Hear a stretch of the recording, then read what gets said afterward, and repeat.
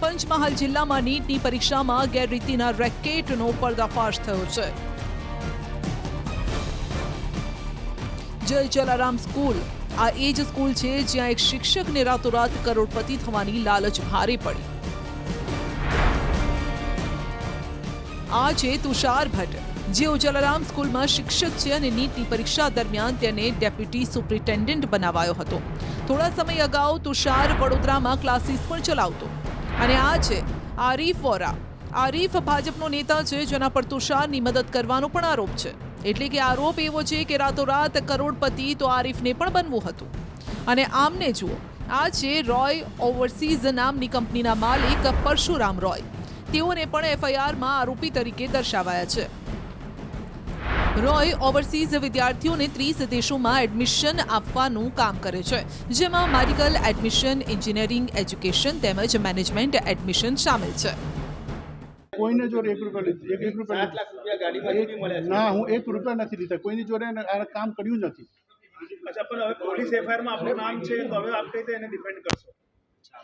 હવે તો જે લીગલી જે રીતે થશે, પણ હું કર્યું કશું નથી એમાં. કારણ કે જિલ્લા શિક્ષણ અધિકારી કિરીટ પટેલ છે, એમને તપાસમાં આગળ તમારા નામે ગોધરા પોલીસ સ્ટેશનમાં, તાલુકા પોલીસ સ્ટેશનમાં ફરિયાદ દાખલ થઈ. તમારા વિરુદ્ધ ના, કશું 1 રૂપિયા નહીં કર્યું એમાં. આપ જાણો છો ખરા આ બાબતમાં નીટની પરીક્ષા? ના, કશું નથી. કોઈ લેવા દેવા નથી. ત્રણેય આરોપી તુષાર ભટ્ટ, આરીફ વોરા અને પરશુરામ રોય વિરુદ્ધ વિશ્વાસઘાત, છેતરપિંડી અને ભ્રષ્ટાચાર નિવારણ અધિનિયમની વિવિધ કલમો હેઠળ પોલીસે ફરિયાદ નોંધી છે. શિક્ષણ અધિકારીઓએ આની તપાસ કરેલી. જલારામ સ્કૂલ જે ગોધરા પરબડી ખાતે આવેલી છે, ત્યાં એમની ટીમ સાથે તપાસ કરેલી અને ત્યાં આ નીટની પરીક્ષામાં કેટલાક વિદ્યાર્થીઓને ગેરકાયદેસર રીતે આર્થિક લાભ મેળવી અને આ આરોપીઓએ પાસ કરવાનું એક કાવતરું રચેલી અને તેનો પર્દાફાશ થયેલો અને તે અંગે શિક્ષણ અધિકારી શ્રી નાઓએ તાલુકા પોલીસ સ્ટેશનમાં આ બાબતે વિગતવારની ફરિયાદ આપેલ છે. હાલ આ ગુનાની તપાસ ચાલુ છે. અહીં સુધી મામલો કેમ પહોંચ્યો તેને સમજવો પણ જરૂરી છે. 5મી મે જલારામ સ્કૂલમાં મેડિકલ એન્ટ્રન્સ ટેસ્ટ એટલે કે national eligibility cum entrance test લેવાઈ હતી.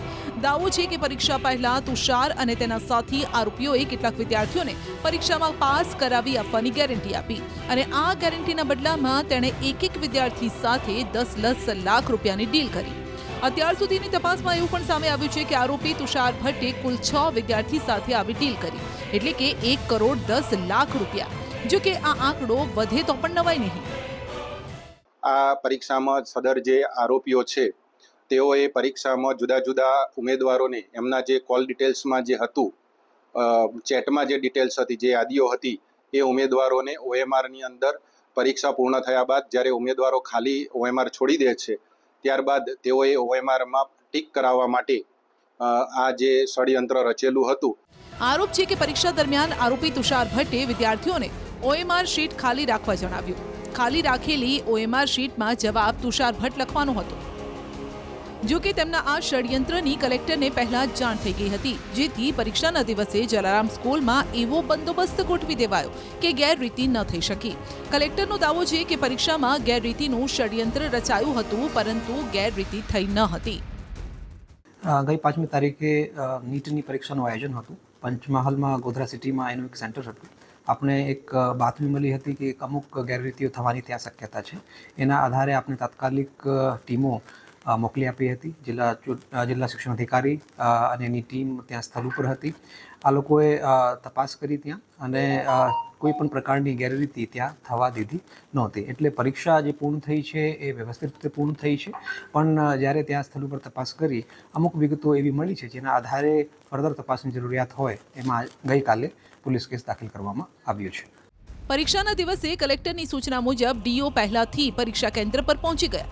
જ્યારે ડીઓએ તુષાર ભટ્ટના મોબાઈલ અને વાહનની તપાસ કરી તો મોબાઈલમાંથી શંકાસ્પદ ચેટ મળી આવી, જ્યારે તુષાર ભટ્ટની કારમાંથી 7 લાખ રોકડ મળ્યા.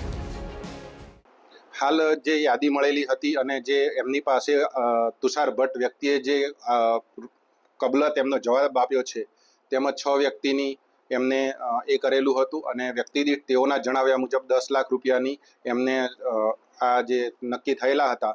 એ પૈકી એક જે વ્યક્તિ હતા આરીફ વોરા, એમની પાસેથી 7 લાખ રૂપિયા એડવાન્સમાં તેઓએ લીધેલા અને બાકીનું રકમ જે કામ પૂર્ણ થાય આપવાનું એવું તેઓ કબૂલાત કરેલી હતી અને એ બાકી એમનો જવાબ પણ રજૂ કરેલો હતો. એ અંગે આ એફઆરઆઈ થયેલ છે. આરોપી વિરુદ્ધ ફરિયાદ નોંધાતા તપાસના ચક્રો ગતિમાન થયા. વડોદરા રોય ઓવરસીઝના માલિક પરશુરામ રોયની અટકાયત કરી લેવાઈ.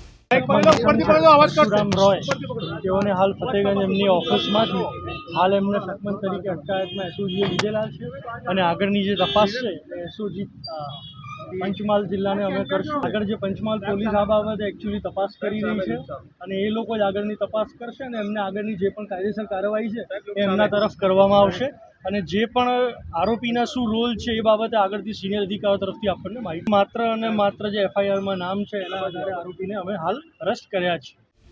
બીજી તરફ પરશુરામ રોય સમગ્ર ઘટના અંગે જાણે અજાણ હોય તેવો દાવો કરે છે અને કાયદાકીય રીતે લડત આપવાનું જણાવી રહ્યા છે, પરંતુ આરોપ છે કે તેમની ઓફિસમાં જ રૂપિયાની લેવડ દેવડ થઈ હતી. કોઈને જોડે 1 રૂપિયા ના, હું 1 રૂપિયા નથી લીધા. કોઈની જોડે આ કામ કર્યું નથી. અચ્છા, પણ હવે પોલીસ એફઆઈઆરમાં આપનું નામ છે તો હવે આપ કઈ રીતે એને ડિફેન્ડ કરશો? હવે તો જે લીગલી જે રીતે થશે પણ હું કર્યું કશું નથી એમાં. કારણ કે જિલ્લા શિક્ષણ અધિકારી કિરીટ પટેલ છે એમને તપાસમાં આગળ તમારા નામે ગોધરા પોલીસ સ્ટેશનમાં તાલુકા પોલીસ સ્ટેશનમાં ફરિયાદ દાખલ થઈ. ના, કશું 1 રૂપિયા ને કર્યું એમાં. આપ જાણો છો ખરા આ બાબતમાં નીટની પરીક્ષા ના, કશું નથી. કોઈ લેવા દેવાનું. 6 વિદ્યાર્થીઓની જે વાત આવી રહી છે સામે, તે મામલે જે વહીવટી તંત્ર છે તેમના દ્વારા અત્યારે તપાસ હાથ ધરવામાં આવેલી છે, પરંતુ અહીંયા ચોંકાવનારી બાબત એ છે કે જે પરશુરામ રોય વિરુદ્ધ એફઆઈઆરમાં ફરિયાદ દાખલ કરવામાં આવી છે, એટલે કે જે પરશુરામ રોય છે તેની કૌભાંડમાં સંડોવણી જે છે તે પોલીસ ફરિયાદમાં દાખલ કરવામાં આવી છે, પરંતુ એ પરશુરામ રોય પોતે જે વડોદરા શહેરનું ગેંડા સર્કલ વિસ્તાર છે ત્યાં એટલાન્ટિસ હાઇટ્સ નામનું કોમ્પ્લેક્સ છે, 4થા માળ પર તે રોય ઓવરસીઝ નામની જે ઓફિસ છે તે ધરાવે છે. તેઓ પોતે અહીંયા હાજર છે.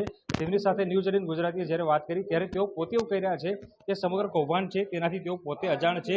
એમનું નામ એફઆઈઆરમાં ક્યાંથી આવ્યું તે પોતે આશ્ચર્યમાં છે. તેઓ કહી રહ્યા છે કે સમગ્ર મામલે જે કાયદાકીય પ્રક્રિયા કરવાની હોય છે તે તેમના દ્વારા કરવામાં આવશે. આ તરફ તુષાર ભટ્ટનું નામ વિવાદમાં આવતા જ તેણે જલારામ સ્કૂલમાંથી સસ્પેન્ડ કરી દેવાયા છે. અમે જલારામ સ્કૂલના ટ્રસ્ટી સાથે પણ વાત કરી. તેઓએ દાવો કર્યો કે નીટની પરીક્ષામાં આ પ્રકારનું કૌભાંડ અશક્ય છે. દીક્ષિત પટેલનો દાવો છે કે એક પરીક્ષામાં ક્લાસમાં 24 વિદ્યાર્થી હોય છે.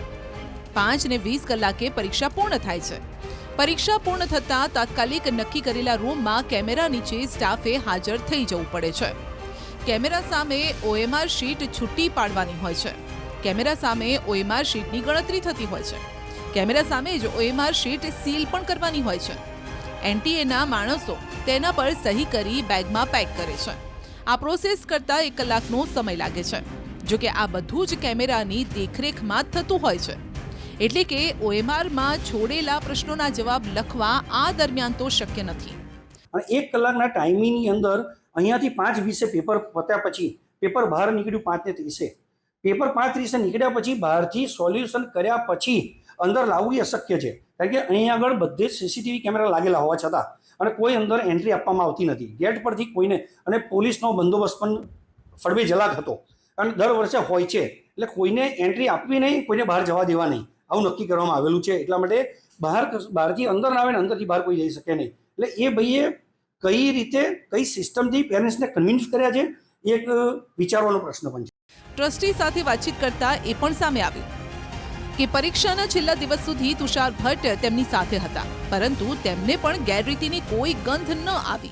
છેલ્લા દિવસ સુધી એ મારી સાથે પણ હતા. ત્યાં સુધી એ મારી જોડે પણ મને અંદાજ છે ત્યાં સુધી કે આગલા 1 કે 2 દિવસ પહેલાં પણ એ 1.5 કલાક સુધી તો એ મારી જોડે હતા.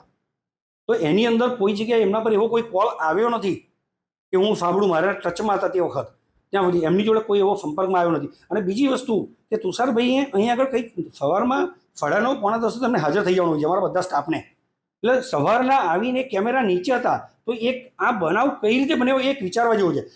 આમ હાલ તો તપાસનો ધમધમાટ શરૂ થયો છે. સવાલ એ છે કે શું માત્ર 6 વિદ્યાર્થી પાસેથી જ રૂપિયા લેવાયા? શું અગાઉની પરીક્ષામાં પણ આવા કૌભાંડ થયા? તુષાર ભટ્ટ સાથે બીજું કોણ કોણ જોડાયેલું છે? તપાસ બાદ આ તમામ સવાલો પરથી પડદો ઊંચકાશે, પરંતુ ત્યાં સુધી પરીક્ષા આપનાર અન્ય વિદ્યાર્થીઓ પણ ચિંતામાં છે.